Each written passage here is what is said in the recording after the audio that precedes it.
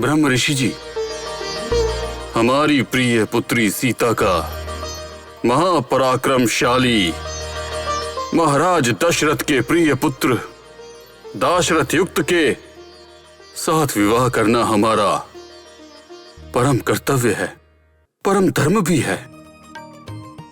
हमारी सीता रामचंद्र से विवाहित होकर हमारे वंश को कीर्ति पूर्ण करेगी। सीता तो मुझे अपने प्राण से भी प्रिय है।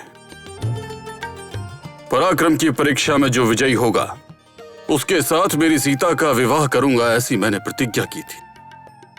ये प्रतिज्ञा अब सत्य हो रही है। शीघ्र ही सीताराम के विवाह महोत्सव को संपूर्ण करने के लिए मैं आपकी अनुमति और मार्गदर्शन की आपसे प्रार्थना करता हूं। जनक महाराज, आपके भय और संतोष को मैं अच्छी तरह समझ सकता हूं, परंतु श्री राम पितृवाक्य को ही आदर्श मानकर चलता है। वैसे ही शतानंद जी, जब हम अयोध्या से निर्गमन कर रहे थे तो विवाह का विषय हमारी स्मृति में किसी भी रूप से नहीं आया।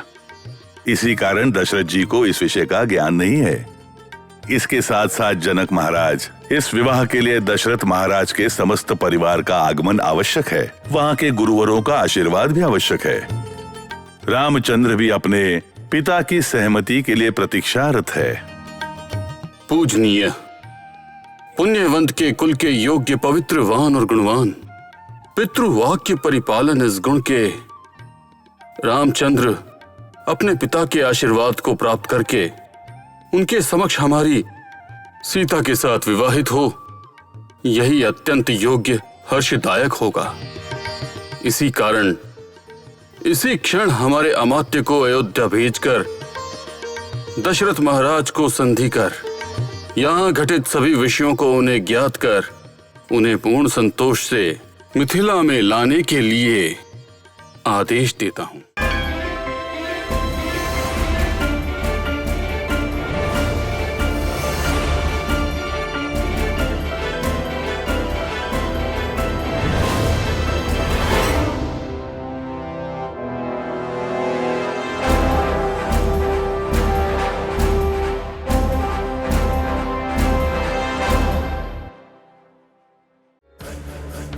प्रभु रावण को मेरा प्रणाम।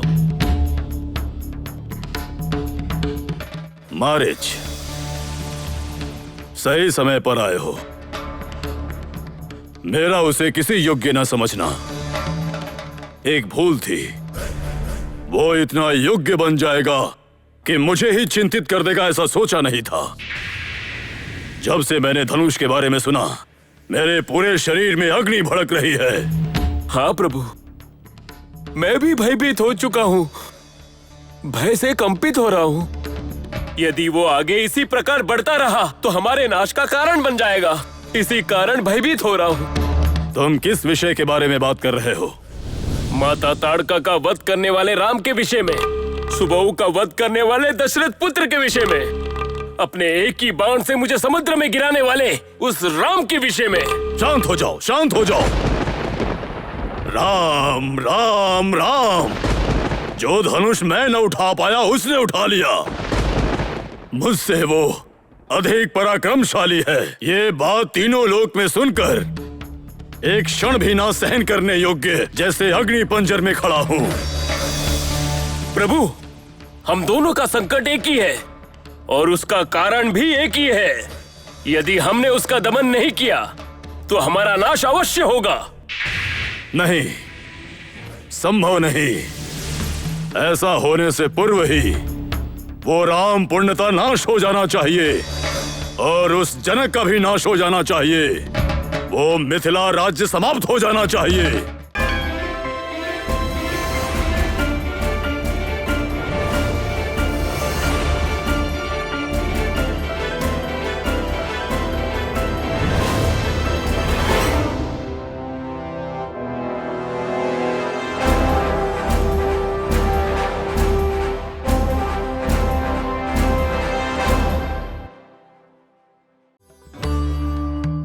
कौशल्या, कुलगुरु वशिष्ठ महामुनि के कहे अनुसार रामचंद्र ने मिथिला में शिव धनुष को भंग कर अपने पराक्रम का प्रदर्शन किया। स्वयं के निर्धार के अनुसार जनक महाराज की पुत्री सीता को रामचंद्र के साथ विवाह करवाना होगा। जनक महाराज को हमें मिथिला के लिए आह्वानित करना होगा ना? सत्य कहा रानी, जनक महाराज के आह्वान की ही मैं प्रतीक्षा कर रहा हूं। निश्चित रूप से रामचंद्र का विवाह मिथिला नगर में हम सब के समक्ष वैभव से आयोजित होगा, ऐसा मुझे विश्वास है। परंतु क्या हुआ स्वामी? आपके विश्वास के आड़े क्या आ रहा है? आप क्यों इतनी चिंता में हैं? कैकेयी के बर्ताव ने मुझे चिंतित कर दिया है। रामचंद्र के समान भरत को भी होना होगा। रामचंद्र का जो भी योग है वही भरत को प्राप्त हो, ऐसा वो हट कर रही हैं।